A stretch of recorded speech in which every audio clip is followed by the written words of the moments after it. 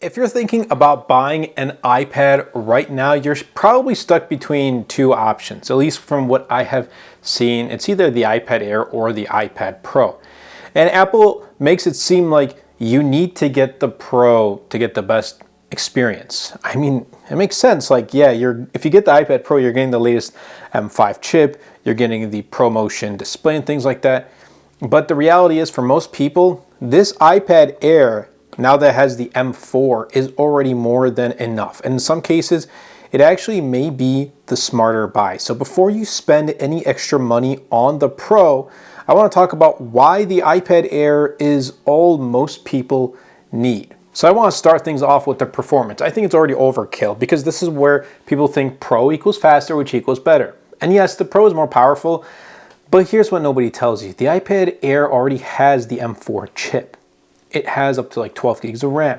And in real life, that's already way more than what most people would even require and what most apps require. So even demanding tasks, if you're going to use it for photo editing or for gaming or for multitasking, whatever the case may be, this is going to run perfectly fine on the Air.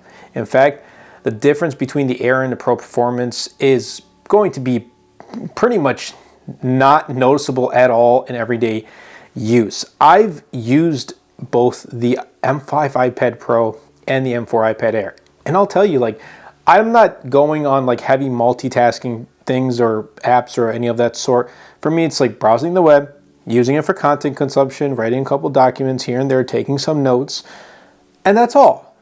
And I've noticed no issues whatsoever. Yeah, if you want to do 3D rendering, heavy video editing, and pro level workflows, then I honestly wouldn't even prefer an iPad Pro at that point. I would just say go for a MacBook Pro. Go for a laptop and just makes it easier. But again, it comes down to personal preference. Now, let's talk about what most people actually do. What do most people use an iPad for?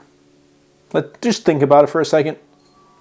Watching YouTube or Netflix or whatever your streaming services, Disney Plus or Hulu or whatever the case may be. Browsing the web. Taking notes. Social media, light work, and for all of that, this is perfect. Obviously, if you go for the 13-inch iPad Air, like this one you see right here, you're getting more screen real estate, but the 11-inch is included in pretty much everything that I'm saying. This was literally designed to handle everyday tasks, the productive workflows, and even light creative work without having any issues come along the way. So yeah, you're already getting fast performance, smooth experience, and no slowdowns, which I think kind of makes the Pro unnecessary for most people. So for anyone who's in the market looking for a new iPad that wants great performance, but you don't want to spend the extra couple $100, I think iPad Air is going to be good. Now display, it's either like it's good enough versus luxury. So obviously this is where the Pro wins because the Pro adds 120 Hz ProMotion and it has OLED on the newer models and better contrast versus this iPad Air. It has a sharp display and great colors and decent brightness, but obviously it's not going to have those ProMotion, OLED, better contrast, things like that. So yeah, it's going to be better, but here's the key. This iPad Air already looks really good. For most people, you're not going to sit there thinking like, this display isn't good enough. I think the Pro display is more like a luxury upgrade, not a necessity. In fact, I use an iPad mini as my main iPad. And I've also used an iPad Pro. So when I say luxury upgrade, it's like, for me, I'm missing out on the 120 Hz because I got used to it using the Pro. But I'm okay with that. I love my iPad mini. I'm just that small niche group of people that prefer to use an iPad mini out of all the iPads that Apple has to offer.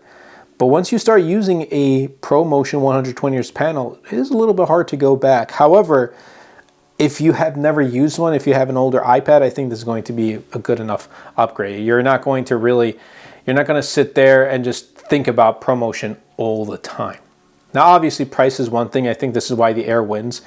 And obviously, also, this is where everything does come together because this iPad Air is significantly cheaper. And yet, you're honestly getting 80 to 90% of the Pro experience, similar real-world performance, the same iPad OS experience.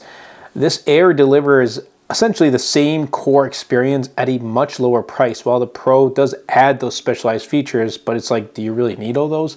That's the question you have to ask yourself. Is that last 10 to 20% of what the extra Pro has to offer worth that extra couple $100?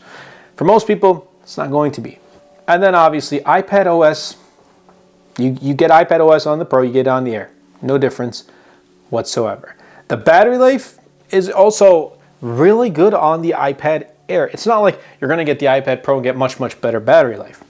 This iPad Air, in fact, versus my 11-inch M5 iPad Pro, this 13-inch M4 iPad Air, this has better standby time and just better battery life. Maybe it's because it has a slightly larger display, which also houses a slightly larger battery, but I don't know. Apple does really good in the battery department throughout their entire iPad lineup, with the worst battery life being the iPad mini. Makes sense. But I've never had any battery concerns with any of my iPads. iPad Air right here, and then my iPad Pro. They're both really great in terms of battery life. All day usage, reliable performance, no difference really. And I think this one is better in terms of lasting. You can go like almost a week and a half without picking this up and it'll still have juice. So yeah, you're not losing anything here. Here's where the Pro actually makes sense. Not to be fair, the Pro is going to make sense for certain people. This Air is maybe won't cut it for them. And if you're in professional like video editing, you work in 3D or design, you care a lot about display quality, and you just want the absolute best experience, that's what the iPad Pro is built for. But for everyone else, you're still getting a great experience. This is the sweet spot, honestly. You want a powerful tablet, a large display, great performance, and lower price, and that's why well, at least I would call it the Pro for most people. In fact, it's like the iPhone 17. The iPhone 17 is the Pro in disguise. That's what I call it. Because it gives you everything you actually need without overpaying. It does almost what the Pros have to offer. Again, 80-90% of what the Pros have to offer without being a Pro. So just to wrap things up, this iPad Air is a phenomenal device. So is the iPad Pro, by the way. But I think this iPad Air is going to be the smarter buy because it just hits that perfect balance of performance, price, and practicality.